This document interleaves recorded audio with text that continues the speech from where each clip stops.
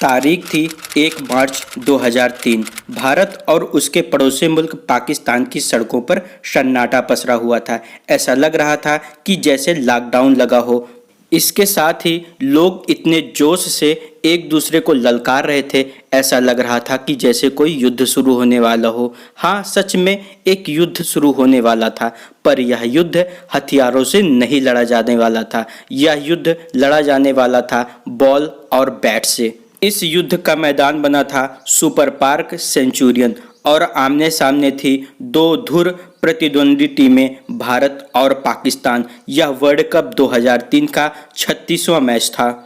इस मैच में वह सब कुछ देखने को मिला जिसकी आशा दर्शक लगाए हुए बैठे थे। जहीर खान जब वसीम अकरम को बोल्ड मारते हैं तो यह गेंद नो बॉल करार दी जाती है। एक समय जब भारत बड़ी मजबूत स्थिति में था, तब पाकिस्तानी बॉलर लगातार 2 विकेट निकालकर भारत को बैकफुट पर ढकेल देते हैं।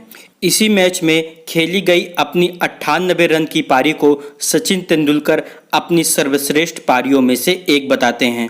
अब भैया, हम आपको पूरा मैच तो नहीं दिखा सकते, पर कुछ हाइलाइट्स जरूर बताएंगे। आशा है कि आपको वह पसंद भी आएगी। तो हुआ कुछ यूं कि पाकिस्तान पहले बल्लेबाजी करने उतरा। पाकिस्तान की तरफ से उनके ओपनर सईद अनवर और तौफीक उमर ने मोर्चा संभाला। दोनों लोगों ने इतनी चालाकी से बल्लेबाजी की कि वह खराब गेंदों पर ही शॉट लगाते और अच्छी गेंदों को पूरा सम्मान देते। भारत अभी अपने पहले विकेट की तलाश ही कर रहा था कि दोनों ने मिलकर पहले विकेट के लिए 50 रन जोड़ दिए। अब भारत की तरफ से 11 ओवर लेकर आए जहीर खान। तौफीक उमर जो कि बड़ी चालाकी से बल्लेबाजी कर रहे थे, पर जहीर खान के आगे उनकी एक न चली। जहीर खान ने ऐसा बोल्ड मारा कि तौफीक उमर ने सीधा पवेलियन का रास्ता पकड़ लिया। इसके बाद अगले बल्लेबाज आए अब्दुल रज्जाक। अब्दुल रज्जाक भी कुछ ज़्यादा नहीं कर सके और आशीष नेहरा की गेंद पर वह राहुल द्रविड़ को विकेटों के पीछे कैच दे बैठे।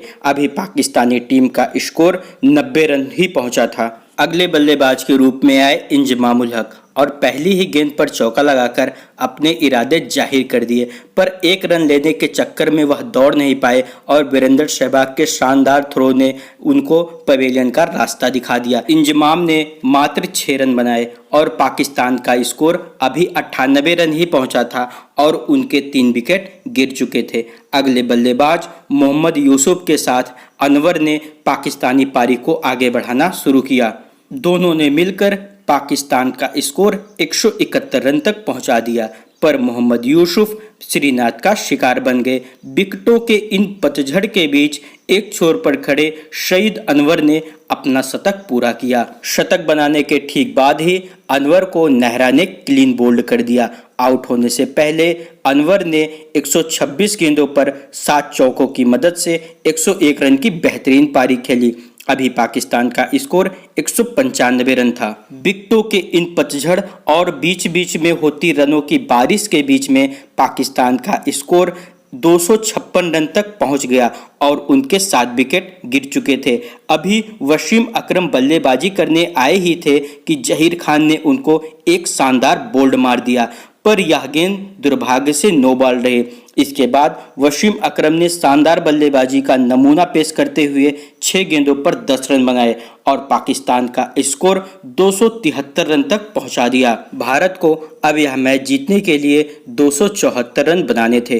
पाकिस्तान की घातक गेंदबाजी और पिच के व्यवहार को देखकर ऐसा लग रहा था कि भारतीय टीम के लिए 274 रन बनाना लोहे के चने चबाने जैसा होगा।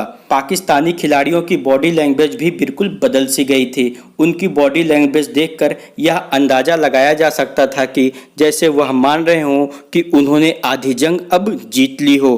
अब बारी थी भारत की और जवाब देना था भारत को। भारत की तरफ से ओपनिंग साझेदारी के रूप में मास्टर ब्लास्टर सचिन तेंदुलकर और वीरेंद्र सहवाग आए और पहली ही गेंद से पाकिस्तानी गेंदबाजों की ऐसी धुनाई करनी चालू की कि पाकिस्तानी गेंदबाज भी सोच नहीं पा रहे थे कि यह किस जन्म का बदला ले रहे हैं। चौके छक्कों की छड़ी लगा दी वीरेंद्र सहवाग और सचिन तेंदुलकर ने मिलकर। चाहे वसीम अकरम हो, शोएब अख्तर हो या वकार यूनिस, वीरेंद्र सहवाग और सचिन तेंदुलकर ने किसी को नहीं बख्शा। सबकी गेंदों को बाउंड्री लाइन के पार पहुंचाया और सहवाग ने यह शानदार थर्ड मैन पर छक्का मारकर तो जैसे सबका दिल ही जीत लिया। तब T20 मैचों की शुरुआत नहीं हुई थी, पर दोनों को देखकर कोई भी यह कह सकता था कि भाई लोग T20 ही खेल रहे हैं। 9 की औसत से 5वां ओवर पहुंचते पहुंचते भारतीय टीम ने 50 का स्कोर बना लिया था। भारत का स्कोर अभी 53 रन ही था कि वकार यूनिस की गेंद पर शाहिद अफरीदी ने यह शानदार कैच पकड़कर वीरेंद्र सहवाग की पारी पर विराम लगाते हुए उनको पवेलियन का रास्ता दिखा दिया। पाकिस्तानी टीम अभी जश्न में डूबी ही थी कि उनका जश्न दुगना हो गया।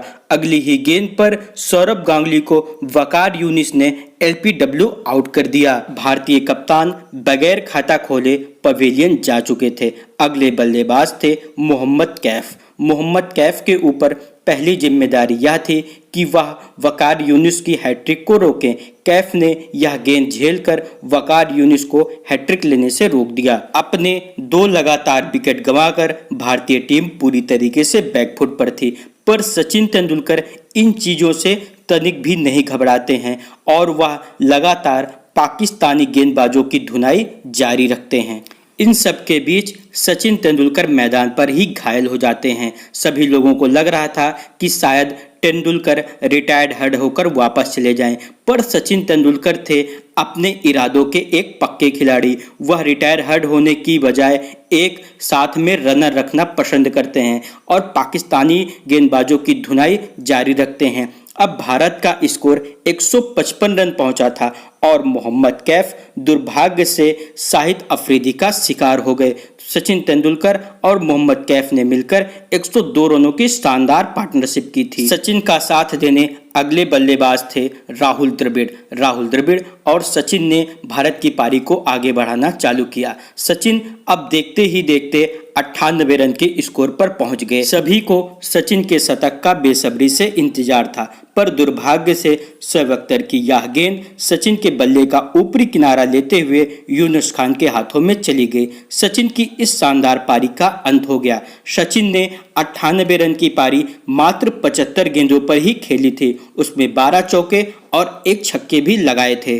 दुर्भाग्य से सचिन शतक नहीं बना सके, पर अपने क्रिकेटिंग कैरियर की सभी पारियों में सचिन इस पारी को नंबर 1 पर रखते हैं।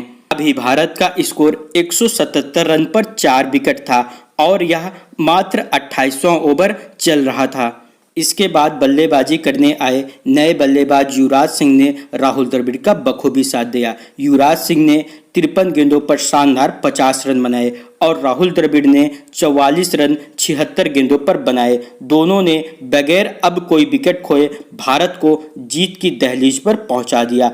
भारत ने यह मैच 6 विकेट से जीत लिया और अभी भी इस मैच में 26 गेंदें फेंकी जानी बाकी थी। 26 गेंदें शेष रहते भारत ने यह मैच 6 विकेटों से जीतकर पाकिस्तान को एक मुंहतोड़ जवाब भी दे दिया था। सचिन तेंदुलकर को अपनी इस शानदार पारी के लिए मैन ऑफ द मैच भी चुना गया। साथियों, अगर हमारा प्रयास आपको अच्छा लग रहा है तो हमारी वीडियो को लाइक करके हमारे चैनल को सब्सक्राइब करना ना भूलें।